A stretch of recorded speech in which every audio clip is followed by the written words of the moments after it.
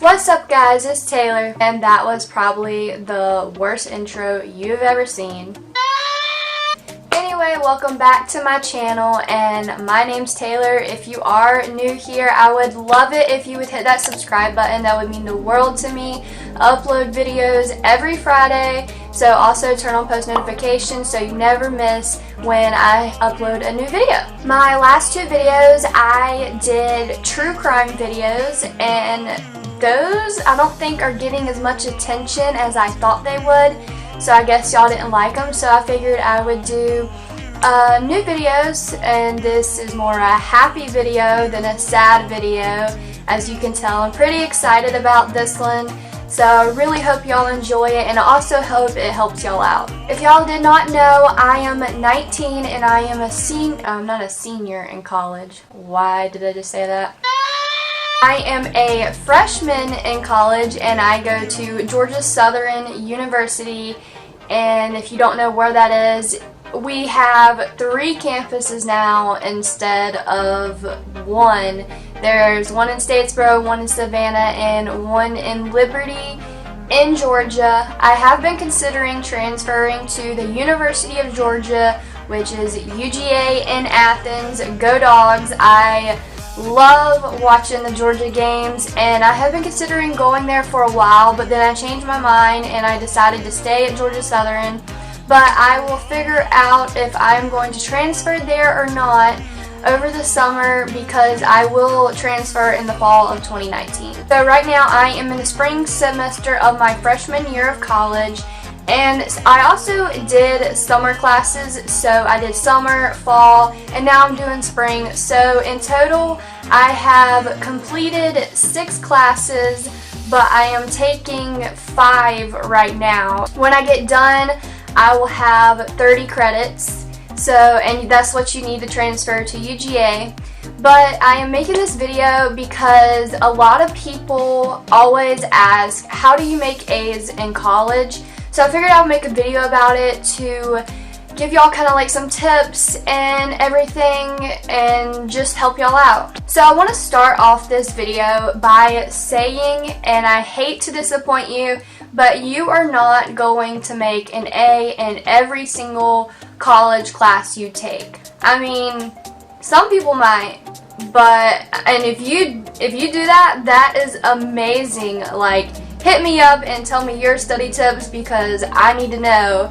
But you're just gonna have some of those professors that are hard on you, and I had one of those professors in the fall term of my freshman year, but I actually really liked him. Even though he was hard on us, he explained to us he was only hard on us because he wanted us to benefit from the class and actually learn something. And literally on the first day, everybody went to his class. We were sitting there, and he literally walked in and told us that nobody was going to make an A in the class. Like, he said that to our face. He was like, I just want to let y'all know that probably nobody's going to make an A in this class. Y'all probably make B's, but you have to go literally above and beyond to make an A in this class. And I was just like, I was terrified. I was like, oh my god, I'm going to make an F in this class. Or I was like, maybe I'll pass with a C. But I was absolutely terrified because it was like my first real semester of college, and I was like, this guy's telling me, like, I'm not going to make an A. So I'm like, okay, well, I'm probably going to fail then. But I didn't. I passed the class with a B. Actually, it was a high B, so I was really proud of that. So I did pass it with a B, like he said everybody probably would. But I actually really enjoyed his class, and I did benefit from it because I did learn a lot. Okay, so now let's go ahead and just get right into this video, and I'm going to give y'all 10 kind of like tips and ideas, I guess, to help you out in college that I have figured out have worked really well for me, and I'm going to share them with y'all. Okay, so the first one I just want to put out there is you need to figure out your study technique. Everybody has a different study technique, and you need to figure out yours. some people study differently than others. So one person may use flashcards and another person may not. Everybody studies differently. It just depends on you, really, and you need to figure that out if you haven't already. I kind of figured mine out in my senior year of high school because that's when I really started concentrating on my schoolwork. I know that sounds horrible, but that's when I really started concentrating on my schoolwork, and that's when I figured out my study technique. Okay, so the second one is flashcards, and like I said, everybody does have their own unique study technique, and mine tends to be flashcards. If you've not tried flashcards yet, I would highly recommend giving them a try. I found these cute little like flashcard holders at Kroger, and it comes with flashcards inside them and a flashcard holder. So what I did is I bought like a pocket for each class, and when I do my flashcards I put it in that certain class's like holder, so when I need to study I just go straight to them, get them, and I can study what I need to study for the exam. So the third one is create or find your good study environment that works for you. So mine is, as you can see, I have a kind of like fireplace on my TV. It's a YouTube video, but that's what works for me. That's one of the study environments that worked for me. I get at my desk, I turn that on, and it actually has like crackling sound like a real fireplace. So I turn up the volume a little bit on that, and I just sit at my desk and I do me and I do my work. And for me, I kind of have to have a quiet study environment, especially if I'm reading, because I can't concentrate on what I'm reading when there's so much commotion going on around me. So that's why I usually just come to my room and turn on kind of like a light background noise so I don't get too distracted, and that what works for me when I'm reading. However, when I'm studying, I don't think it really matters. I can study with or without noise. But that's just what works for me. Another study environment I love going to is Starbucks. I actually go there every Tuesday and Thursday after class now, because I just sit down, I get a snack, I get me some coffee, and I just go at it, put in my AirPods, and it just really works for me because that's just my study environment. I like going to these places and get to sit down and study and just drink some coffee. I mean, that's what works for me. That's my study environment. And if you are still trying to figure out your type of study environment, I would recommend trying different places like Starbucks, or in your bedroom, try it with some like light background music. I know they have playlists on Spotify for like study time or white noises, and sometimes that really tends to help me also. The fourth thing is Quizlet. I cannot tell y'all how much I love Quizlet. I have been using Quizlet since high school, but in high school I used it of like a more look up the answers kind of thing and write them all down. College, I use it more for flashcards, studying.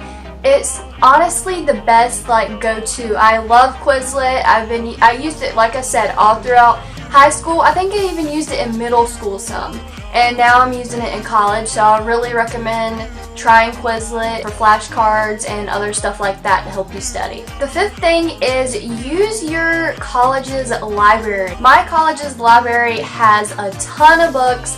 They have tons of computers I can use. It's quiet in there, and like they have different levels, so the higher you go up in the library, the quieter it is.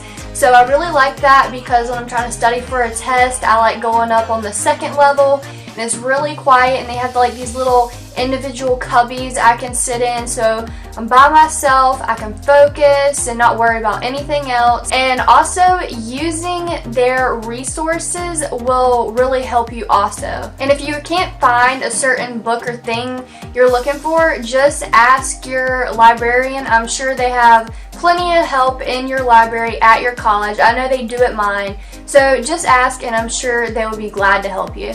The sixth thing is probably the hardest but the most important thing, and that is turning off your electronics, putting them away, just getting rid of any electronics that you know will distract you, because that's just gonna cause you to slack behind or not stay on top of your work. I find it when I use a computer to take notes on in class, I tend to be more distracted than I am with pencil and paper taking notes. Like in my history class I have right now, our professor does not want any electronics out. We cannot have our phones out. He doesn't want our laptops out.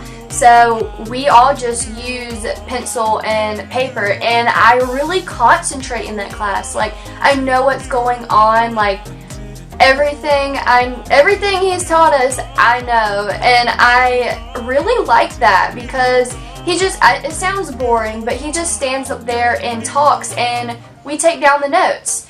And he actually makes it really fun though and interesting, and I actually concentrate on what's going on in the class. Whereas in my anthropology class I have right now, she does allow computers only for us to take notes on. And she does a PowerPoint and we look at the PowerPoint and take down the notes, and I find myself so distracted. I have to come home and kind of study myself because I just can't seem to focus. I'm wanting to look at my computer or look at my phone or look at Pinterest, and it's really hard to concentrate when I have my computer out. But I don't like taking notes on paper because I do have really bad handwriting, so that's why I use the advantage of being able to use a computer in her class. Also, when you are studying, if you keep getting those notifications pop up and they're really annoying you, Apple has a do not disturb button on the phones for a reason. I turn my do not disturb button on all the time.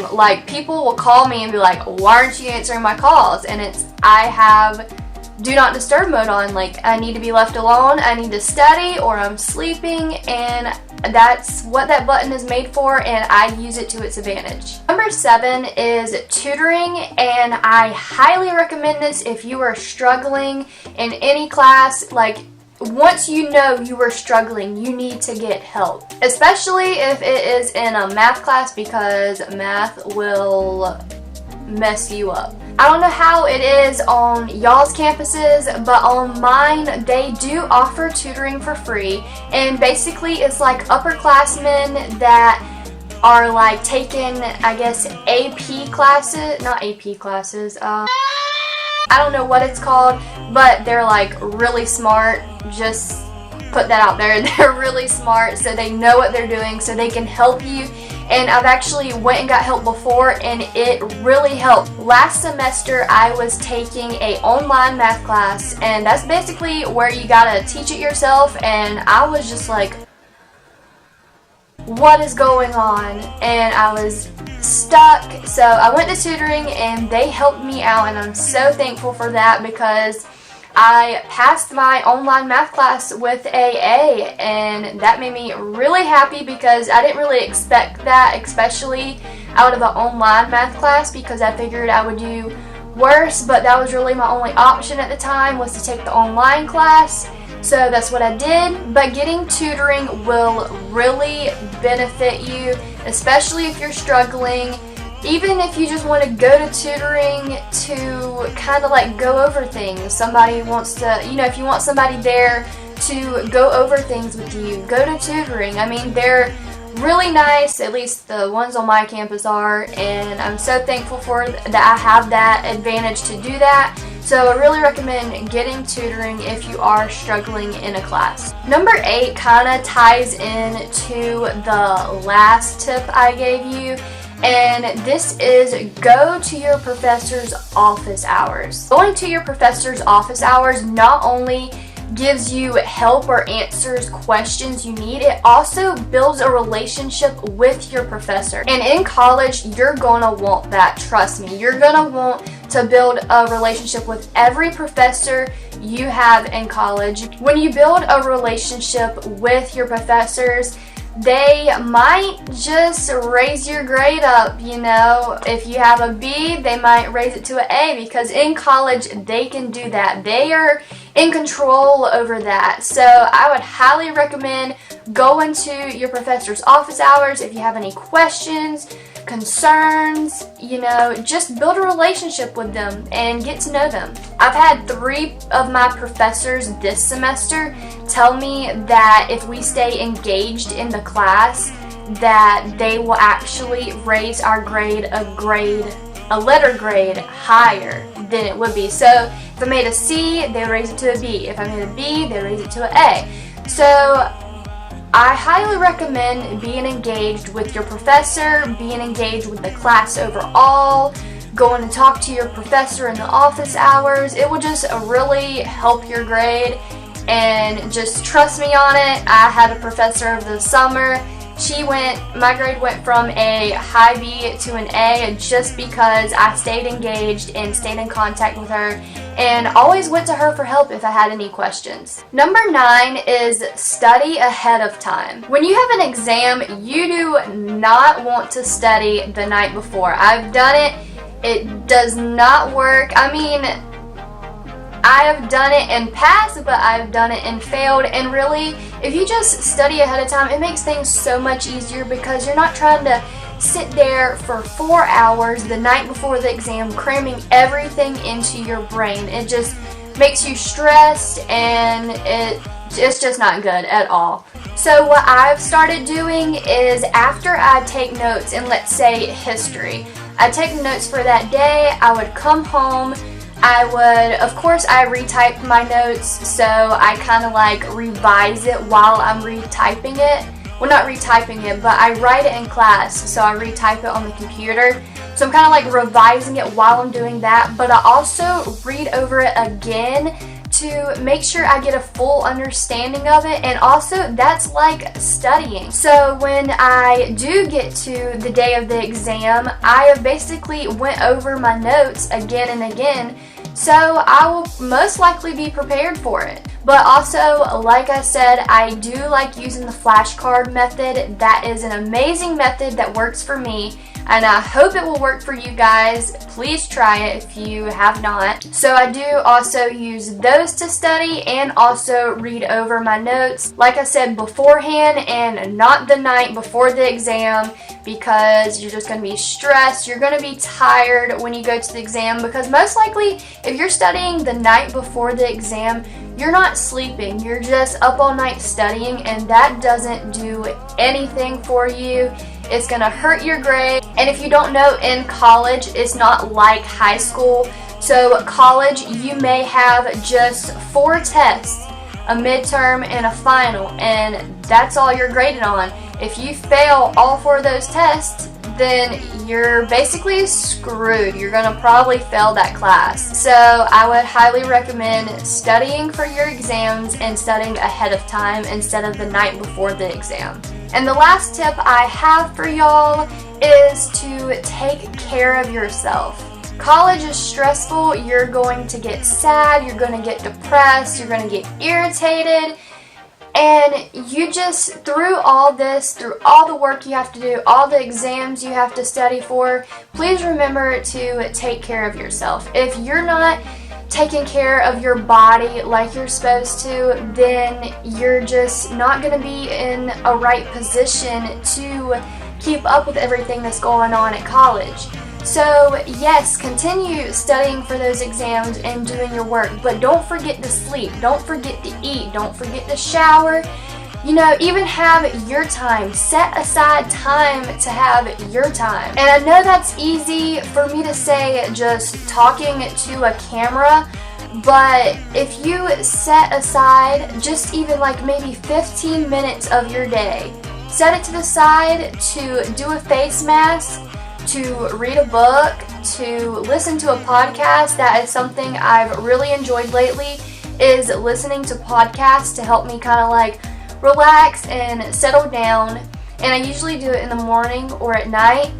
But just set aside a little bit of time during your crazy day to have you time. You know, everybody needs to have that time that they can just relax for 15 minutes, 5 minutes, you know, just a little bit of time, because our bodies get overwhelmed and stressed, and keeping up with all that in college, you're just gonna burn yourself out basically and get tired of doing it all. If you're not getting the proper amount of sleep, you're not going to want to focus on what's going on in class. You're gonna be pretty much basically sleeping or zoning out instead of paying attention to what's going on. So it's really important to just take a break once in a while. And if you're studying or having to read for a long period of time, you should never read more than like 45 minutes to an hour. You need breaks in between, and they actually have apps for this. I don't know the name of any,